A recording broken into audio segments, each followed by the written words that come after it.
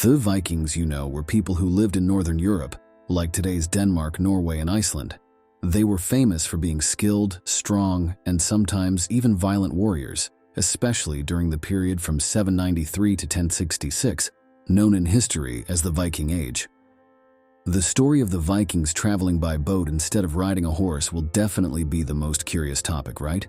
First, let's talk about the terrain in northern Europe, the land of the Vikings. If you look at the map, you will see that it is not flat at all. There are mountains, rivers, forests, and much more.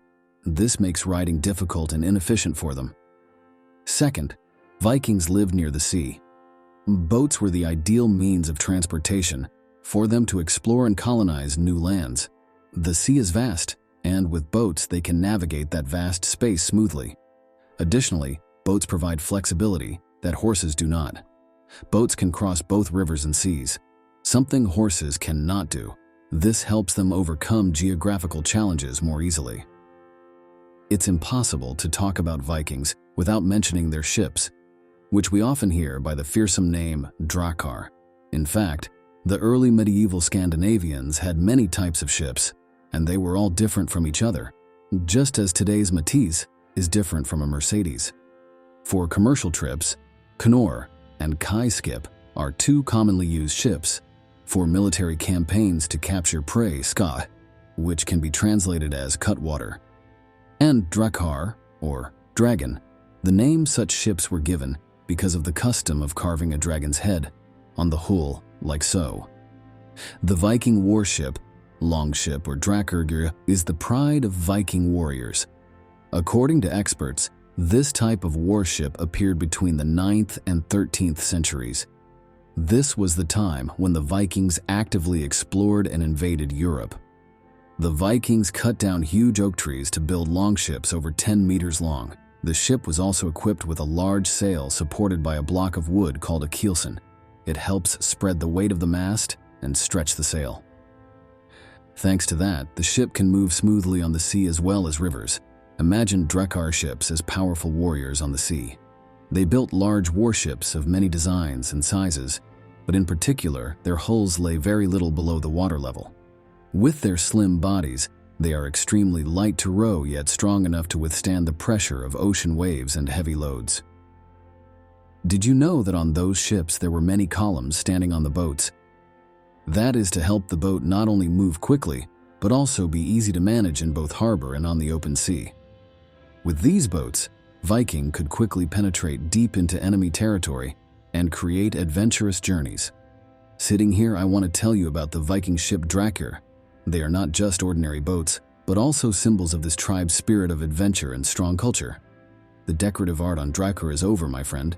Features dragon heads, motifs, and some unique artwork. This is not only for beautiful decoration, but also to honor the gods and the majestic victories of the Vikings at sea. Every time they step on the boat, they feel strength and pride, ready to face all challenges. Sea adventures not only brought new opportunities, but also connected the Viking community with the outside world. That is how they built and maintained the prosperity of their land and culture. Now let's talk about the beautiful day when the first Drakkar boat appeared on the sea, when the Vikings were just basic warriors with adventurous hearts who were rebelling. We must talk about the period from 800 to 1000 BC, when Drakkar began to dominate the seas. This boat was nothing new, but during this period, the Vikings took it to a new level. The entire Viking society saw Drakkar as more than just a boat, but a symbol of national unity and pride. They are built by skillful hands with slender lines and sometimes fancy dragon heads. The Vikings not only wanted to win at sea, but also wanted to symbolize their victories. In the afternoons, as the sun gradually sets, Drakkar boats glow above the waves, making the coast more lively than ever. The whole village gathered along the shore to witness their power and beauty. Drakkar can be said to be the first Viking ships. The boats have curved bows, all decorated with impressive drawings and dragon heads, especially the dragon head in front of the boat. Slim design with a flared boat shape in the middle, narrow body and length from 18 to 25 mi, shallow and flat bottom, mast about 20 mi high, square sail painted with a dragon or snake. The most special thing about the Viking ship is the paddle system stretching throughout the ship's hull. helping the driver easily increase speed and maintain speed when the wind is calm. These factors made the Viking ship an invincible warship with extraordinary speed at that time. The main material for building boats is pine. At that time, pine was chosen mainly because it was both light and resistant. Just imagine it is a tree that has enough strength to cope with big ocean waves, but is gentle enough for the boat to sail like the wind. The Vikings built many types of ships, including warships, smuggling and trading ships, and exploration and adventure ships. So far, we have talked a lot about Drakkar, a type of Viking warship, their pride. Perhaps you can already imagine its structure from its body, mast to its more prominent dragon head. But in addition to being a warship, Drakkar was also used for smuggling and trade purposes by the Vikings. Smuggling and trading boats are often large in size, allowing them to carry more goods. Their slim bodies help them quickly cross the sea, carrying with them feelings of expanding trade and commerce. When you see a Drakkar full of goods, imagine the lives, stories, and eager traders of the sea. Now, did you know the adventures on Viking ships are truly a mystical picture of exploration and bravery?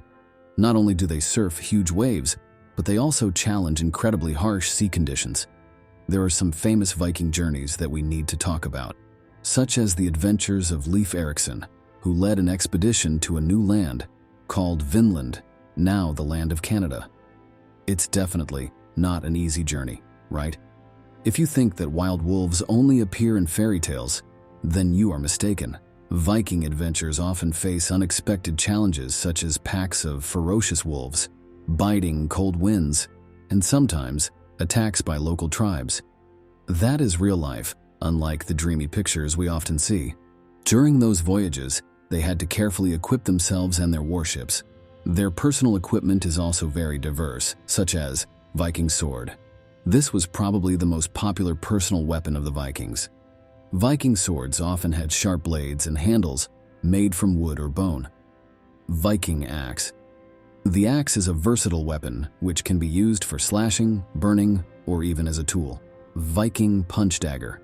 A short knife usually carried on the warrior's base for use in close situations. Great axe.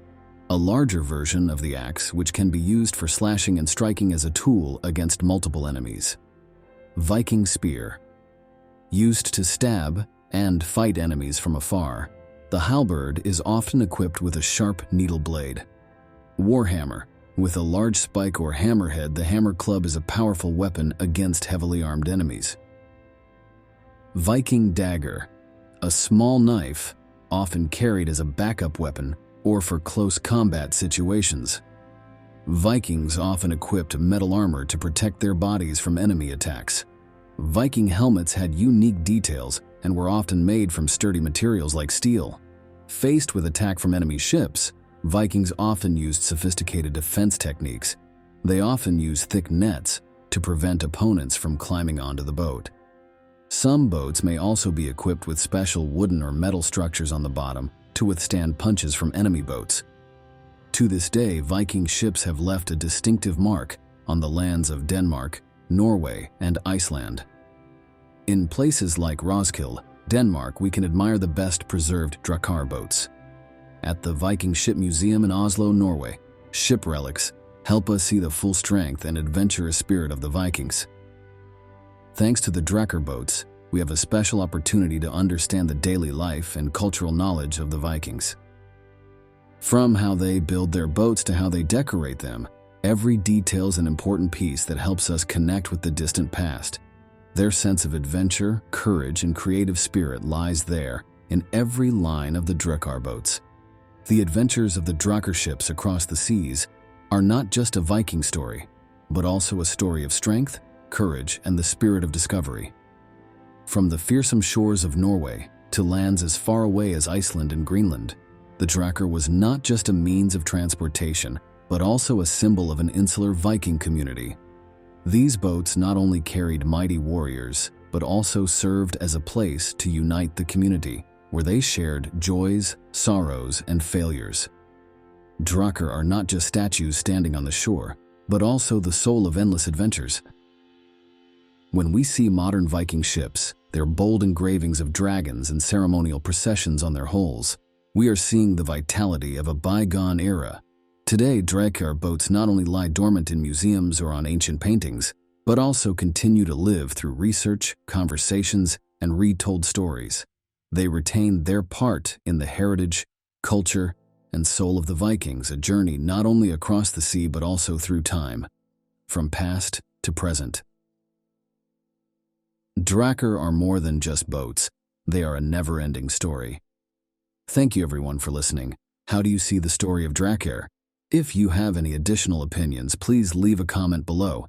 And if you want me to make more videos on any topic, don't hesitate to leave a comment below.